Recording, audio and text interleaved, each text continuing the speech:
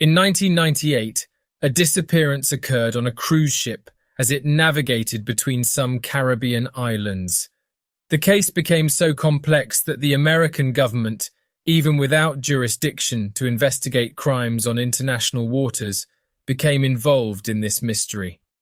It is a case that intrigues many to this day, and due to the amount of clues available, it suggests that the missing young woman is both close and far from everyone. This is the story of Amy Bradley. Amy Lynn Bradley was born on May 12, 1974 in Virginia, United States. She was the daughter of Ivor and Ron Bradley. The couple also had a younger son named Brad, who Amy was very close to. The family lived in Virginia in Chesterfield County. Amy was tall with green eyes. She had several tattoos, one on her leg, one near her navel, and another on her shoulder. Her tattoos had some striking characteristics that were to be of fundamental importance in the investigation of this case. She excelled at sports, including basketball and swimming. She was the only student at the university who had a full scholarship in physical education, as she was considered to be a great basketball player with a promising future. In 1997, at the age of 23, she graduated university and moved to a small apartment to live alone and begin her independence. At some date between 97 and 98, Amy's parents won tickets for a Caribbean cruise. The trip was funded by the travel agency where Ron, Amy's father, worked. The whole family took a flight from Virginia to Puerto Rico on March 21, 1998. From Puerto Rico, they embarked on the cruise that would last 7 days. They would anchor in Aruba, Curaçao, St. Barth, and Puerto Rico. Amy, her brother, and their parents stayed in the same room, on the 8th floor of the ship. It was spacious and had a balcony facing the sea. The ship was very big. It had 11 floors, with 999 passenger rooms plus crew accommodation. On that trip, the ship was carrying approximately 3,000 passengers and 700 employees from all corners of the world, including Japan, Australia, Germany, Nigeria, and Brazil. On the first day, the 22nd, Amy and her family visited Aruba. They disembarked the ship to enjoy a sunny day together. Amy's parents noticed that a band and some dancers had boarded the ship. They arrived with boxes and suitcases and were going to give some performances. But Ivor and Ron also noticed that some residents of the island had embarked with them, but had offered no assistance with the luggage. It appeared that these people were not paying guests on the cruise, but were friends of the performers and had boarded to watch a performance. During the night, the family returned to the ship to make a restaurant reservation on board. At dinner, a waiter took a particular interest in Amy.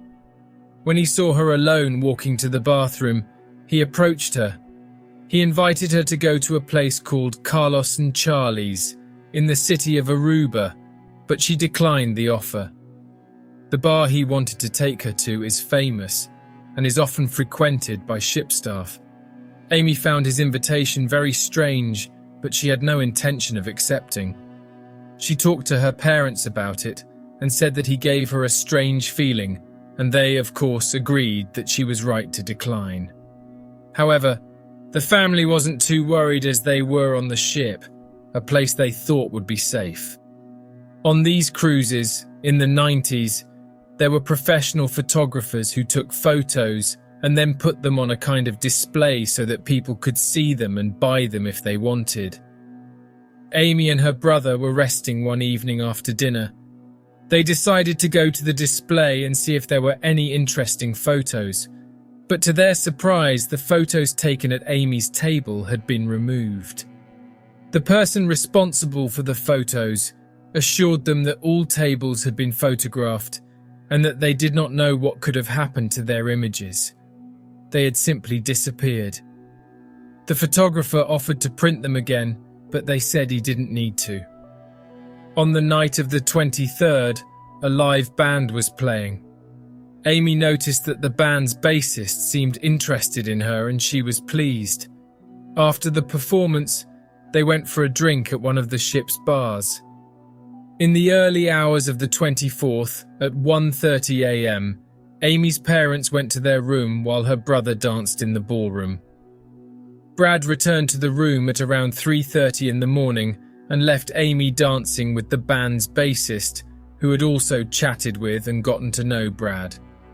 The bassist was known by the nickname Yellow and was from Grenada.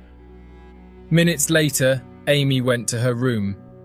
When she left the place, there were only between 30 and 40 people left.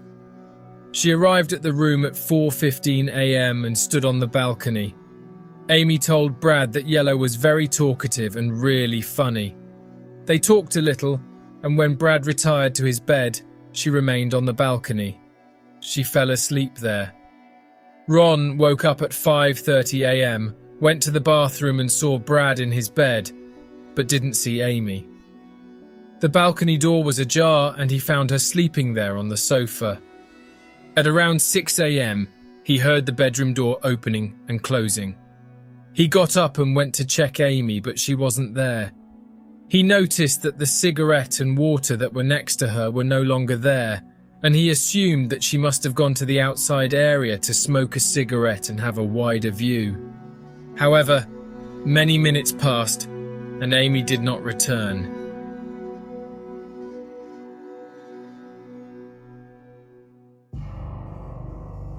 Amy's parents and her brother searched for her for an hour all over the ship, but couldn't find her. When the ship arrived in Curaçao, Amy's father asked the captain to announce over the microphone that his daughter was missing, but the captain refused, saying it was too early to use the equipment. During the new search inside the ship, Amy's brother met the band's bassist, Yellow. He walked past Brad in a hurry and just said, "I'm sorry about what happened to your sister." Why did he say that? And how did he know anything if the only people who knew that Amy was missing were her family, the captain, and some of the crew? Amy didn't show up and the FBI was called. That afternoon, the ship continued its journey from Curaçao to the next island, with the police on board, and Brad, the parents and some agents went on land to look for her. But that same night, the agents called the parents and said that the crew's search for Amy had not been carried out properly and that they themselves were carrying out a more professional search. Amy's parents and the other FBI agents went to the island of St. Thomas, which would be the ship's next stop. The following day, investigations continued. Yellow was located as being one of the last people to see Amy. He might know something. But in his statement, he said that the last time he saw her was at 1 a.m. while they were dancing, and he had learned that they were looking for her when, before leaving the vessel, the ship's crew knocked on his door asking after the young woman. But Brad told the police that he left the club at around 3:30 in the morning and that he had left the two of them there together. The ship's photographer agreed to look through his images to confirm the time when they were both dancing.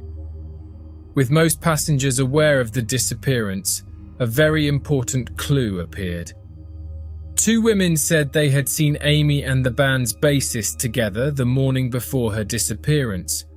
They saw a girl who looked like her entering the ship's dance club at 5:45 a.m., along with the bassist, who they recognized as being part of the band that had performed the previous night. The girls noted that even though the bar was closed, he gave her a drink. They didn't know exactly what drink it was, but it could have been Coca-Cola or coffee because it was very dark. These two girls stayed there until 6 a.m, and when they left, Amy and Yellow were still there talking. Shortly afterwards, the photographer appeared with the footage that showed Amy and Yellow dancing at 3 a.m. In other words, Yellow had lied to the FBI. Furthermore, He also contradicted himself when he said that the ship's employees came to his room in the morning looking for Amy. Yellow was then questioned once more by the FBI and changed his story, saying that he didn't know that Amy had actually disappeared. But if he didn't know, why did he tell Amy's brother that he was sorry for what had happened? When asked about this, he lied and said he had not said that to him. Unfortunately, there was not enough evidence to arrest him, so he was released. Amy's father, sitting outside the room where Yellow was questioned, observed the suspect leaving with a smirk on his face and giving a thumbs up as he walked away. For Ron, this was an act of defiance, as if to say, "I passed the test." The cruise ended, and there was still no sign of Amy. The investigations continued over the following weeks. The FBI discovered that all the photos that Amy could be in had disappeared on the ship. The possibility of kidnapping and human trafficking was raised, and that perhaps these photos were taken as part of this crime. Also, when anchoring in Curacao, all the passengers had to go through immigration and identify themselves. However, at that time, it was rare for immigration to check the luggage and containers as they were being loaded. This reinforced the kidnapping and trafficking theory, as it could have been how Amy was removed from the vessel. The family returned to the USA. 1 month later, on April 21st, with no progress in the investigation, the family decided to return to Curacao on their own to continue the search. This time, a taxi driver told them that he had spoken to someone very similar to Amy, who had come running towards him. She was desperate, asking where she could find a public phone. He said he would never forget her beauty because of her striking green eyes, and that after he directed her to a payphone, she ran off. This is strange information for 2 reasons. 1, the police spent days interrogating people in the city, and this information was somehow missed. Everyone knew Amy was missing, and the fact that the taxi driver was never interviewed nor went to the police to report it seems strange. Another thing is, if this girl was actually Amy and she was running away and looking for help, why would she go to a public phone instead of getting in a taxi and going to a nearby police station? The details of Amy's case were broadcast on several television channels in the USA and Canada, and after 5 months, an engineer from Canada, around 40 years old, recognized Amy's photo. He informed the American authorities that he had been diving in May '98, 2 months after the disappearance, in Curacao, and that he saw Amy walking on the beach.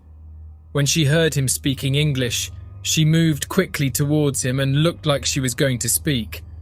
But one of the men who was with her grabbed her arm and forcefully pulled her away. The man gave him a "leave her alone" look. This engineer is 100% sure she was Amy. He said he saw both her tattoos.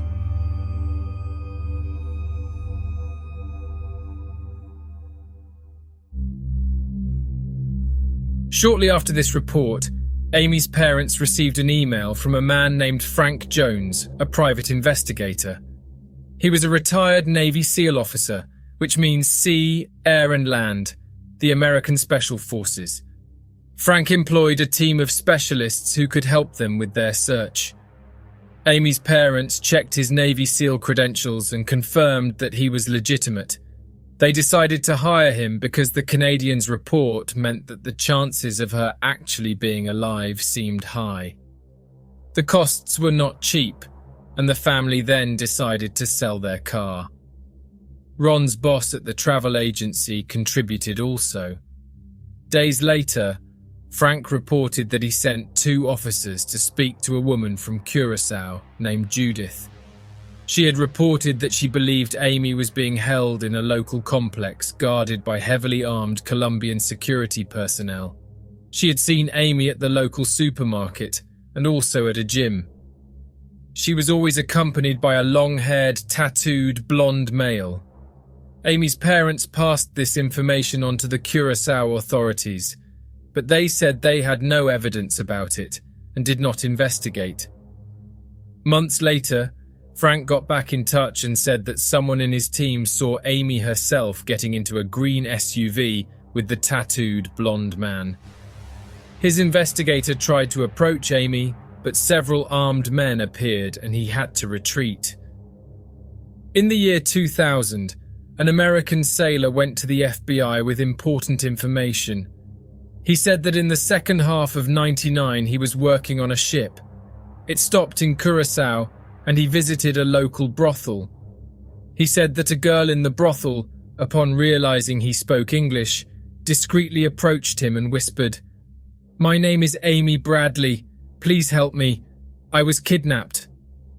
2 men sent her upstairs. The sailor didn't really understand what it was all about because he had never heard of Amy Bradley. He remembered this night at the brothel after he read an article in People magazine about Amy's disappearance, and he recognized her photo. The FBI went to the location, but the brothel had closed due to a fire which had occurred some months earlier. Throughout that year, 2000, Frank continued to update Amy's parents on the investigation. They knew where she was, but her rescue would not be easy. He told them that other girls besides Amy were being held in the same conditions. Although Amy was the team's priority, they would do their best to remove anyone who needed help. For this rescue action, the team would need more personnel and weapons. The family pooled the little money they had gathered, including funds donated by American associations. Ron's boss, who was helping financially, said that he could help again, but this time he needed concrete proof that Amy was really alive, as he was a little suspicious of Frank. Ron spoke to Frank, and a few days later, he sent some photographs of a young woman sitting on the beach, wearing a hat. You couldn't see her face, but you could clearly see her tattoos, which matched Amy's. They were sure it was her. Next to her was the tattooed man, blonde with long hair. Ron's boss put up the money to rent a chartered plane for the rescue. Amy's parents had already paid more than $200,000 to Frank and his team, raised through personal fundraising, donations from Ron's boss, and several associations. One of Frank's Navy SEALs overheard this conversation. He knew nothing about any rescue. He found it strange, and days later this retiree, who we will just call P, found Ron's phone number and called him.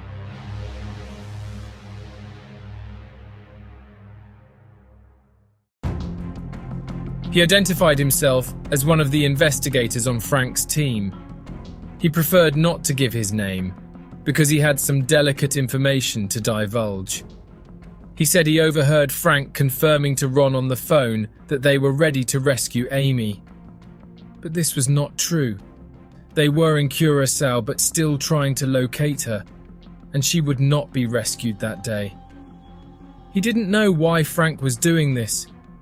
He had worked with him for some time, and he had never seen him acting in this way. The only reason he could think of was that he wanted to give them hope, but the truth was, they still didn't know where she was. Ron asked about the pictures of the girl on the beach, and Mr. P said, "What pictures?" Ron explained that Frank had asked him for money so he could hire more people and weapons to organize the rescue mission. Mr. P said, "Don't, Mr. Ron. Please don't send money. He's lying to you." Ron and Ivor endured the same emotions as when their daughter went missing in '98. They felt that they were close to her, but now, once again, she was ripped from their arms, a pain too awful to imagine.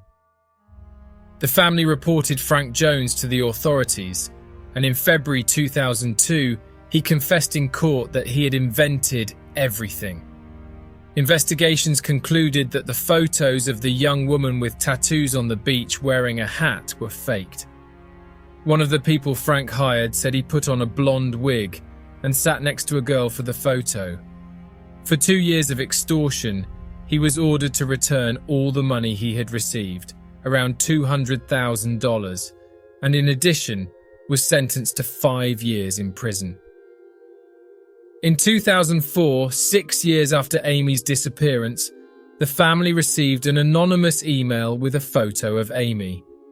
It had been taken from an adult website where criminals offered women to holidaymakers as part of the international illegal sex trade. It was never discovered who sent the email, much less the origin of the photo. The information was sent to the family after the website had been taken down. Someone had saved the image, but only sent it to the family after the site had been deleted from the servers. An identification expert said that when he compared photos of young Amy with the person in the photo, he was sure that this was Amy. Even though the woman was heavily made up and older, she looked exactly like Amy.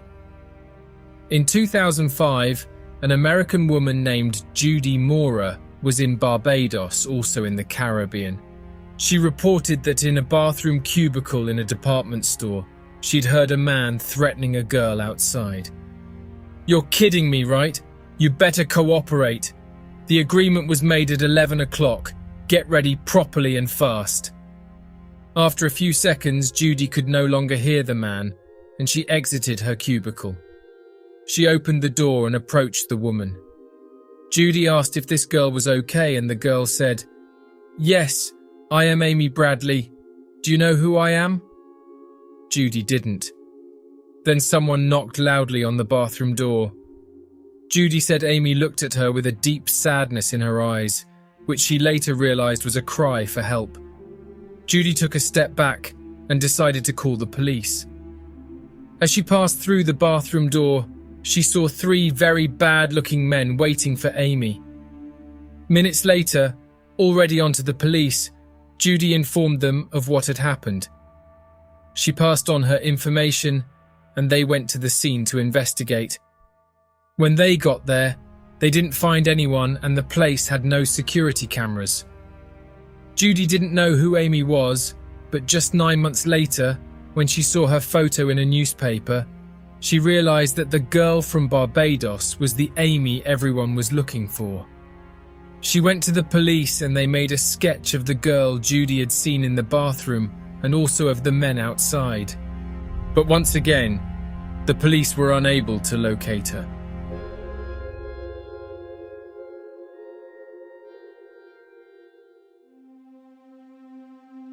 Amy's family sued Royal Caribbean Cruise, the shipping company, claiming that the captain could have helped earlier by preventing passengers from disembarking on the morning of March 24, 1998. But their defense lawyers argued that they had followed the security standards of the time. They said that in the time period of her disappearance, approximately 2 hours, they could not have detailed 3,000 passengers while the search was conducted.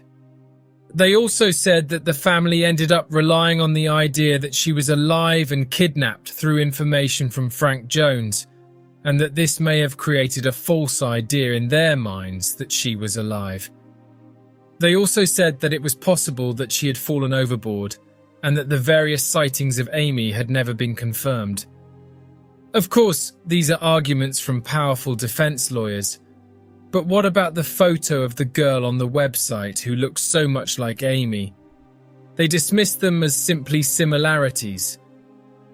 The theories surrounding this case strongly point to human trafficking. They say that Yellow put something in her drink that morning, and so he managed to drug her and take her with him to some place where he placed her sleeping inside a box, which was then taken off the ship in the city of Curaçao. This is one of the few cases where I can't choose the best way to conclude the story, because it's such a huge mystery. While it seems that Amy is close to everyone, no one can rescue her. If Amy is alive today, she would be around 48 years old. The case has not been closed, it is still under investigation. But unfortunately, no new leads have been reported since 2005.